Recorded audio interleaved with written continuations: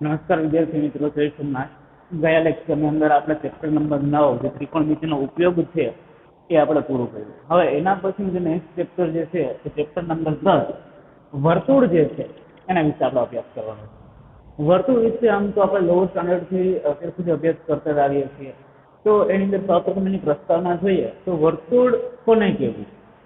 તો કે કોઈ એક સમતલ છે અને એ સમતલના કોઈ એક નિશ્ચિત બિંદુથી લઈ અને સમાન અંતરે આવેલા જે બિંદુઓનો જે ગણ મતલબ કે જે સમૂહ છે એને શું કહીશું આપણે?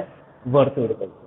જોઈએ કેવી રીતે વ્યાખ્યા પેલા સમજી લઈએ. તો કે કોઈ એક સમતલ, માની લો કે આ કોઈ એક સમતલ છે અને એ સમતલની અંદર કોઈ એક નિશ્ચિત બિંદુ, તો કે આ એક નિશ્ચિત બિંદુ છે અને એક વર્તુળના નિશ્ચિત બિંદુથી સમાન અંતરે આવેલા આ જે બિંદુઓ જે છે એ બિંદુઓનો જે ગણ છે એને શું કહેવાય છે? વર્તુળ તરીકે ઓળખવામાં આવે છે. બરોબર છે?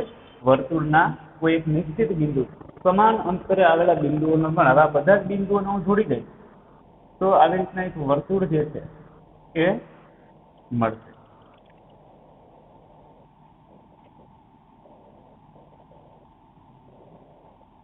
કોને કહીશું આપણે વર્તુળ? કે કોઈ એક નિશ્ચિત બિંદુથી સમાન અંતરે આવેલા બિંદુઓનો જે ગણ છે એને શું કહેવામાં આવે છે? વર્તુળ તરીકે ઓળખવામાં આવે છે. જરાક ડેફિનેશન વાઇઝ ફરી સમજી લઈએ. કોને કહીશું આપણે વર્તુળ? કે એક સમતલના એક ચોક્કસ બિંદુથી, હવે આ એક સમતલ છે અને એ સમતલમાં શું છે? કોઈ એક ચોક્કસ બિંદુ છે. હવે એ ચોક્કસ બિંદુથી સમાન અંતરે આવેલા બિંદુઓનો સમૂહ. હવે આ ચોક્કસ બિંદુથી સમાન અંતરે આવેલા જે બિંદુઓ જે છે એનો સમૂહ જે છે એને શું કહેવામાં આવે છે? વર્તુળ તરીકે ઓળખવામાં આવે છે. હવે વર્તુળ જે છે એમાં બીજી તો કઈ વસ્તુ તમને કહેવાની જરૂર નથી, તમે અભ્યાસ કરી ચૂક્યા છતાં પણ વર્તુળની અંદર જે મેઇન જે સેન્ટર પોઈન્ટ છે એ શું થશે? વર્તુળનું કેન્દ્ર.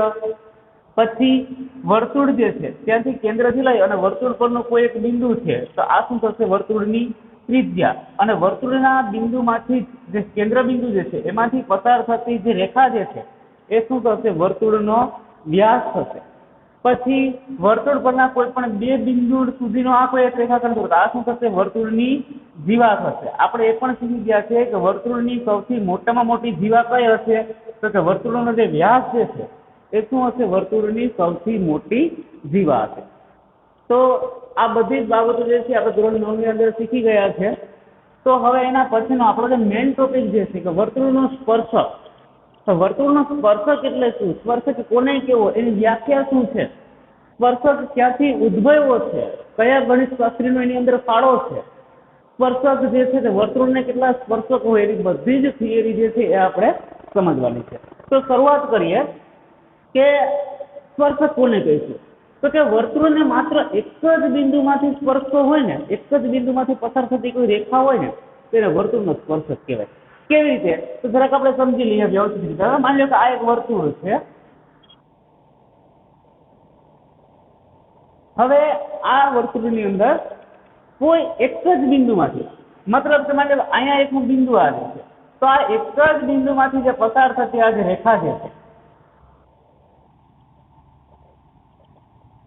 તો આ શું થાય? વર્તુળનો સ્પર્શક. બરોબર છે? કેટલા બિંદુમાંથી? માત્ર એક જ બિંદુમાંથી. વ્યાખ્યા દ્વારા જરાક વ્યવસ્થિત જોઈએ કે વર્તુળને માત્ર એક જ બિંદુમાં છેદતી રેખા. હવે આખું જે વર્તુળ જે છે એ વર્તુળના અહીંયા કયા? તો કે માત્ર એક જ બિંદુની અંદર છેદે છે. તો વર્તુળના કોઈ માત્ર એક જ બિંદુમાંથી છેદતી જે રેખા છે એને શું કહીશું આપણે? વર્તુળનો સ્પર્શક તરીકે ઓળખવામાં આવે છે. હવે સ્પર્શક છે શું? તો કે સ્પર્શક એટલે ટેન્જન્ટ. જે ઇંગ્લિશ વર્ડ જે છે એ લેટિન શબ્દ ટેન્જર પરથી આવ્યો છે અને એનો મતલબ શું થશે? તો કે સ્પર્શવું. બરોબર છે? હવે આ શબ્દ આપ્યો કોણે? તો કે ડેનિશના ગણિત શાસ્ત્રી જે છે થોમસ ફિનેક. હવે થોમસ ફિનેકે ક્યારે આપ્યો? તો 1583 ની અંદર આ શબ્દ દાખલ કર્યો હતો. બરોબર છે? આ વસ્તુ સ્પર્શક વિશે છે એ વ્યવસ્થિત યાદ રાખજો. હવે એના પછી સ્પર્શક વિશેના અમુક મુદ્દા જરાક જોઈ લઈએ કે વર્તુળ અને સ્પર્શક જે છે એનું આ જે સામાન્ય જે બિંદુ જે છે, જે મેન વર્તુળનું અને સ્પર્શક જે સામાન્ય બિંદુ જે છે એને સ્પર્શ બિંદુ તરીકે ઓળખવામાં આવે છે. શું તરીકે ઓળખવામાં આવે છે? સ્પર્શ બિંદુ. જો પેલો જ મુદ્દો એ છે કે વર્તુળ અને સ્પર્શકના સામાન્ય બિંદુને સ્પર્શ બિંદુ તરીકે ઓળખવામાં આવે.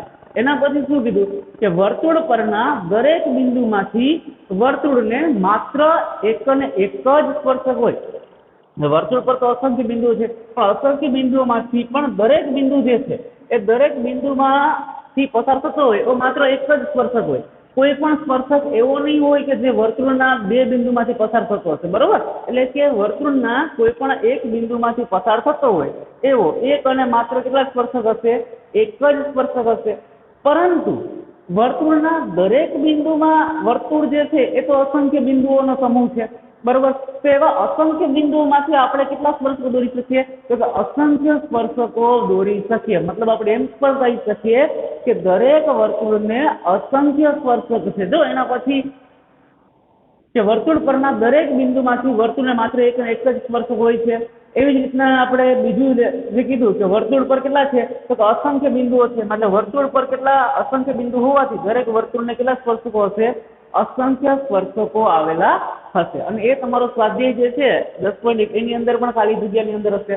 અથવા તો પહેલો જ પ્રશ્ન જે છે એ તમને એવું પૂછ્યું કે વર્તુળને કેટલા સ્પર્શકો હોય. હવે જોઈએ કે વર્તુળના અંદર રહેલા બિંદુમાંથી વર્તુળને એકમાં સ્પર્શક હશે નહીં. હવે વર્તુળની અંદર કદાચ કોઈ પણ બિંદુ હશે તો એ વર્તુળને ક્યાંય પણ એનો સ્પર્શક તમને મળશે નહીં. કારણ કે આ બિંદુ છે, હવે આ બિંદુની સાથે હું રેખા જે છે આવી રીતે તમને લંબાવું તો એક બિંદુ એક અહીંયા છેદશે, એક ફરી પાછી અહીં છેદશે. આપણે તો શું વ્યાખ્યાની અંદર કીધું છે કે વર્તુળના માત્ર એક જ બિંદુની અંદર છેદતી જે રેખા જે છે એને શું કહેવાશે? વર્તુળનો સ્પર્શક કહેવાશે. મતલબ કે અંદર જેટલા બિંદુ આવેલા હશે એ બિંદુઓમાંથી આપણે વર્તુળનો સ્પર્શક દોરી શકીશું નહીં. મતલબ કે વર્તુળના અંદર રહેલા બિંદુમાંથી વર્તુળને એક પણ સ્પર્શક ન હોય. એના પછી નહીં કે વર્તુળના બહારના ભાગમાં આવેલા બિંદુમાંથી વર્તુળના બે સ્પર્શકો દોરી શકાય. કેવી રીતે? માની લો કે હું વર્તુળનું કોઈ એક બિંદુ જે છે એ અહીંયા લઉં છું. તો અહીંયા કોઈ એક બિંદુ P આવેલું છે. તો આ બિંદુ P માંથી પસાર થતો એવો કેટલા સ્પર્શકો દોરી શકાય? તો કે બે સ્પર્શકો જે છે એ દોરી શકો છો. જો એક અહીંયા બિંદુ જે છે એ કનેક્ટ થાય છે, બરોબર છે? અને એવી જ રીતના એક બીજું જે છે તો આ કોઈ પણ એક બિંદુમાંથી પસાર થતા હોય કેટલા સ્પર્શકો? તો કે બે જ સ્પર્શકો તમે દોરી શકો છો. એના પછી વધારે કોઈ પણ સ્પર્શકો તમે દોરી શકતા નથી. એનો મતલબ શું કે વર્તુળના કોઈ બહારના બિંદુમાંથી વર્તુળના બે સ્પર્શકો મળે છે. એના કરતા વધારે કોઈ સ્પર્શકો મળી શકતા નથી. એના પછી ને કે વર્તુળ પર અસંખ્ય બિંદુ હોવાથી વર્તુળના સ્પર્શકો કેટલા હશે?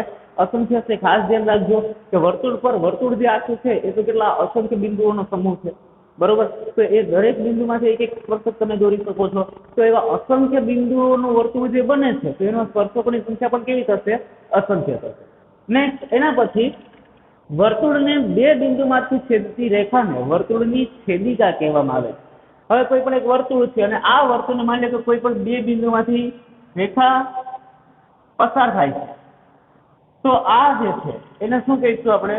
વર્તુળની છેદિકા તરીકે ઓળખવામાં આવે છે, બરોબર? કે વર્તુળના બે બિંદુઓમાંથી પસાર થતી રેખા જે છે એને શું કહેવાય? વર્તુળની છેદિકા કહેવામાં આવે છે. અને વર્તુળની છેદિકા જે છે એને સમાંતર હોય તેવા વધુમાં વધુ બે સમાંતર સ્પર્શકો હોય. હવે આ છેદિકાને સમાંતર હોય કેટલા માત્ર સ્પર્શકો હશે? બે બીજા સ્પર્શકો. એક તો આ બિંદુને સમાંતર કોઈ એક અહીંયા એક સ્પર્શક મળી શકશે અને એવી જ રીતના કોઈ એક નીચે જે છે એ સ્પર્શક તમને મળી શકશે. મતલબ કે આ છેદિકાને સમાંતર હોય એવા કેટલા સ્પર્શકો દોરી શકીએ તમે? બે સ્પર્શકો જે છે એ દોરી શકો છો. તો આ આપણે વર્તુળના સ્પર્શક જે છે એના વિશે આપણે બેઝિક માહિતી મેળવી. સૌપ્રથમ પહેલા આપણે શું જોયું કે વર્તુળ કોને કહીશું? તો કે કોઈ એક નિશ્ચિત બિંદુથી સમાન અંતરે આવેલા બિંદુઓનો જે ગણ છે એને શું કહેવાય? વર્તુળ કહેવાય. પછી આપણે ગયા વર્તુળનો સ્પર્શક. તો કે વર્તુળના કોઈ એક જ બિંદુમાં છેદતી રેખા જે છે એને શું કહીશું? આપણે વર્તુળને સ્પર્શક કહીશું. વર્તુળનો સ્પર્શક જે છે એનો ઉદ્ભવ ક્યાંથી થયો? કોણે આપ્યું? તો કે ગણિત શાસ્ત્રી. ક્યાંના છે? ડેનિસના. ડેનિસ ગણિત શાસ્ત્રી કોણ છે? થોમસ ફિનેકે જે છે એને 1583 ની અંદર જે છે આ શબ્દ દાખલ કરેલો હતો. જે એનો ઇંગ્લિશ વર્ડ જે ટેન્જેન્ટ જે છે એ લેટિન શબ્દ ટેનેજર પરથી એનો મતલબ શું થાય છે? તો કે સ્પર્શવું. એના ઉપરથી આ શબ્દ ઉતરી આવેલો છે અને એ ડેનિસ ગણિત શાસ્ત્રી થોમસ ફિનેકે આપેલો છે. સ્પર્શક વિશે આપણે બીજી માહિતી મેળવી. શું મેળવી? તો કે કોઈ પણ વર્તુળ જે છે એ વર્તુળમાંથી એક બિંદુમાંથી માત્ર એક જ સ્પર્શક મળે છે. પરંતુ વર્તુળની અંદર તો અસંખ્ય બિંદુઓ છે, એટલે અસંખ્ય આખા વર્તુળની જો વાત કરવામાં આવે તો આખા વર્તુળના સ્પર્શકોની સંખ્યા કેટલી હશે? તો કે અસંખ્ય. પણ વર્તુળના કોઈ એક જ બિંદુમાંથી કે તો એમાંથી કેટલા સ્પર્શકો દોરી શકીએ આપણે? એક જ. વર્તુળની અંદરના ભાગમાં કોઈ જો એક બિંદુ હશે તો ત્યાંથી આપણે વર્તુળનો સ્પર્શક દોરી શકીશું નહીં. વર્તુળના કોઈ બહારના ભાગમાં કોઈ બિંદુ હશે તો ત્યાંથી આપણે વર્તુળના બે સ્પર્શકો દોરી શકીએ છીએ. વર્તુળના કોઈ પણ બે બિંદુમાં છેદતી રેખા જે છે તે વર્તુળની છેદિકા થશે. વર્તુળની છેદિકા જે છે એને સમાંતર હોય એવા તમે બે સ્પર્શકો દોરી શકો છો. વર્તુળ પર અસંખ્ય બિંદુ એટલે અસંખ્ય સ્પર્શકો તમે દોરી શકો છો. તો આ બધી બાબતો જે છે એ આપણે વર્તુળ અને વર્તુળનો સ્પર્શક જે છે એના વિશેની. હવે તમારે જે સ્વાધ્યાય 10.1 જે છે એમાં પહેલો જ પ્રશ્ન તમારે એવો છે કે વર્તુળને કેટલા સ્પર્શક હોય? તો એનો જવાબ શું થશે? તો કે વર્તુળ જે છે એને અસંખ્ય સ્પર્શકો હશે. શું કામ? તો કે વર્તુળ આખા સમૂહોનો ગણ છે, બિંદુઓના સમૂહનો ગણ છે. દરેક બિંદુને એક એક સ્પર્શક એવા અસંખ્ય બિંદુઓ છે તો કેટલા હશે? અસંખ્ય સ્પર્શકો જે છે એ વર્તુળની અંદર આવેલા હશે. બીજો પ્રશ્ન જે છે ખાલી જગ્યા પૂરવાની છે. તો એ ખાલી જગ્યા જે 4 ખાલી જગ્યા છે એ 4 ખાલી જગ્યાના આવરી જતા મુદ્દાઓ આ બધા જ મુદ્દા તમે વ્યવસ્થિત તૈયાર કરી લેશો એટલે 4 ખાલી જગ્યા છે એ તમે પૂરી કરશો. હવે એના પછીનો નેક્સ્ટ જે દાખલા નંબર 3 જે છે એ હવે જોઈએ. તો આ પેલા થિયરી વ્યવસ્થિત રીતે સ્ટેપ બાય સ્ટેપ પેલા હેડિંગ મારવાનું, વર્તુળ ડેફિનેશન લખવાની, વર્તુળની વ્યાખ્યા, અને પછી વર્તુળ જે છે એ ડ્રો કરવું તો કરી શકો. પછી વર્તુળ સ્પર્શક જે છે એનું હેડિંગ મારવાનું, વર્તુળના સ્પર્શકની વ્યાખ્યા લખવાની, એના વિશેની ઉદ્ભવ જે છે એ લખવાનું, પછી વર્તુળ અને એના સ્પર્શકની એક ફિગર ડ્રો કરી દેવાની, અને પછી એના બધા જ મુદ્દાઓ જે છે એ મુદ્દાઓ વ્યવસ્થિત રીતે લખતા લેવા. અને જો ન સમજાતું હોય તો ત્યાં વ્યાખ્યા દ્વારા જે ફિગર જે છે એ ફિગર દ્વારા એક ફિગર દર્શાવી દે કે જેથી કરીને તમને એનો વધારે ખ્યાલ આવે. તો તમારે આ બધા જ મુદ્દા જે છે એ વ્યવસ્થિત રીતે રફ બુકની અંદર અથવા ફેરબુકની અંદર તમારે નોટ કરી લેવાના છે. તો હવે આપણે જોઈએ સ્વાધ્યાય 10.1 એનો દાખલા નંબર 3.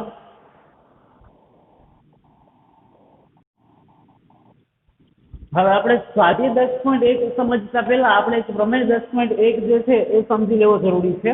શું એની અંદર કીધું છે કે વર્તુળના કોઈ એક બિંદુએ દોરેલ સ્પર્શક, જો આ વર્તુળ જે છે એ વર્તુળનો કોઈ આ એક બિંદુ છે, માની લો કે બિંદુ P છે, એને ત્યાં દોરેલો જે સ્પર્શક જે છે એ સ્પર્શ બિંદુમાંથી પસાર થતી ત્રિજ્યા. હવે સ્પર્શ બિંદુ આ થશે ને ત્યાંથી પસાર થતી ત્રિજ્યા એટલે આ એની ત્રિજ્યા થશે. આ કઈ ત્રિજ્યા છે?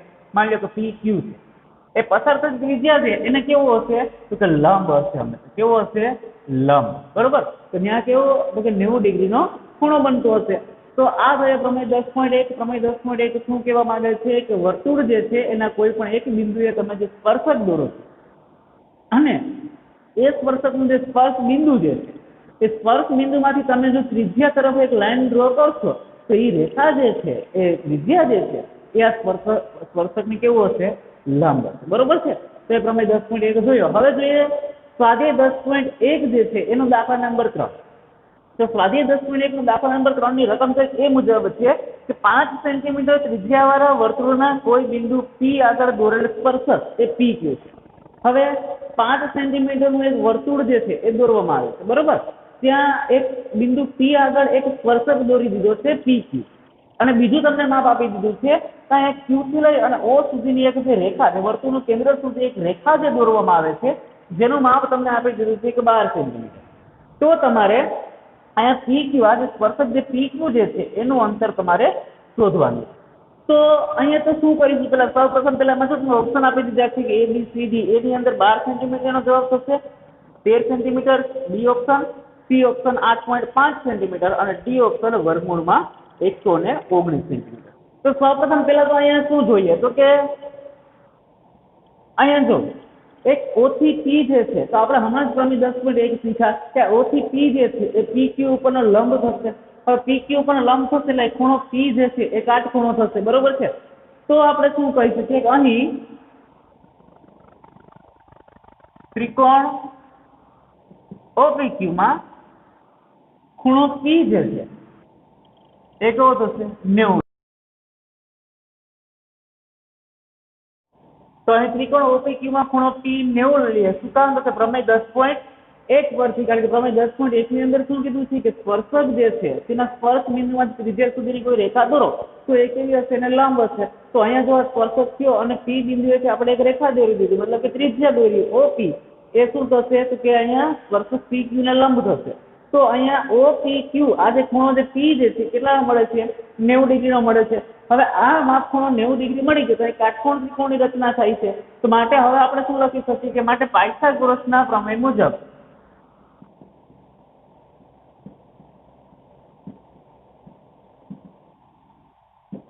પાયથાગોરસના પ્રમેય મુજબ તમે એ શું લખી શકો કે કર્ણ કયો છે અહીંયા ઓ ક્યુ, તો ઓ ક્યુ નો સ્ક્વેર બરાબર અહીંયા થશે ઓપી નો સ્ક્વેર પ્લસ પી ક્યુ નો સ્ક્વેર. તો ઓક્યુ ની કિંમત તમને આપી દીધી છે, કેટલી આપી છે 12 સેન્ટીમીટર, એટલે ઓક્યુ ની જગ્યાએ લખશું આપણે 12 નો વર્ગ. ઓપી ની કિંમત તમને આપી દીધી છે 5 સેન્ટીમીટર, એટલે 5 નો વર્ગ અને વત્તા અહીંયા પીક્યુ છે.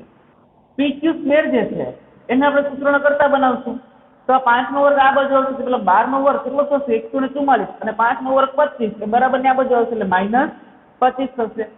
તો અહીંયા પીક્યુ નો વર્ગ બરાબર 144 માંથી 25 બાદ કરશો એટલે જવાબ મળશે 119. તો અહીંયા પીક્યુ બરાબર થશે વર્ગમૂળમાં 119, કારણ કે વર્ગ સામે જશે તો વર્ગમૂળની અંદર. તો આ તમારો એનો આન્સર થયો કે પીક્યુ જે છે એ સ્પર્શક જે છે એની લંબાઈ તમને કેટલી મળે છે વર્ગમૂળમાં 119. હવે જોઈએ નેક્સ્ટ એના પછીનો દાખલો.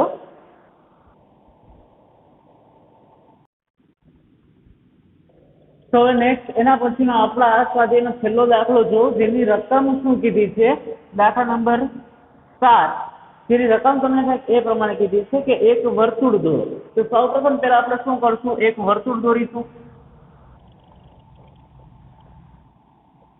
નેક્સ્ટ એના પછી તમને કીધું છે હવે આ વર્તુળ જે એક દોરી દીધું છે બરોબર. એના પછી આગળ રકમ વાંચીએ કે વર્તુળના સમતલમાં આપેલી કોઈ એક રેખાને સમાંતર હોય તેવી બે રેખાઓ દોરવાની છે. માની લો કે આ વર્તુળ છે ને વર્તુળનું સમતલ જે છે એ સમતલ ઉપરની કોઈ આ એક રેખા આપણે દોરી દીધી બરોબર, અને આ રેખા માની લો કે પી રેખા છે.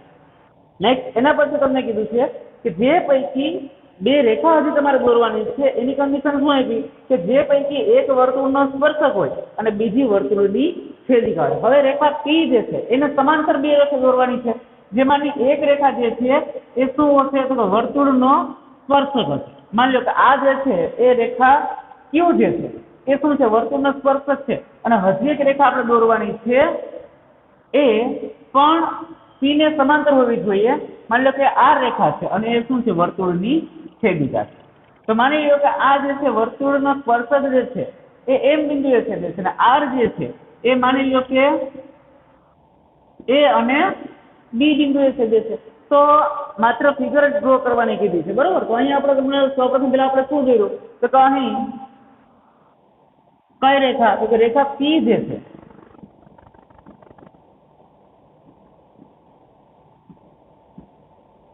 એ આપેલ રેખા છે, તથા રેખા ક્યુ અને રેખા આર એ પી રેખાને સમાંતર રેખાઓ. પછી રેખા ક્યુ જે છે એ શું છે તો કે વર્તુળનો સ્પર્શક આપણે દોર્યો, જે વર્તુળને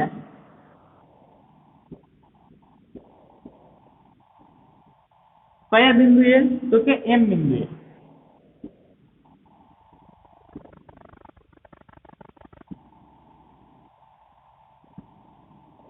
છેદે છે, જેથી આ બિંદુ એમ છે એ શું થશે એનું સ્પર્શ બિંદુ. અને એવી જ રીતના રેખા આર જે છેદિકા છે તે કોને ક્યાં બિંદુ એ બિંદુ અને બે બિંદુની અંદર છેદે છે માટે લખવાનું. તેવી જ રીતે રેખા આર એ વર્તુળના એ અને બી બિંદુએ છેદતી છેદિકા છે.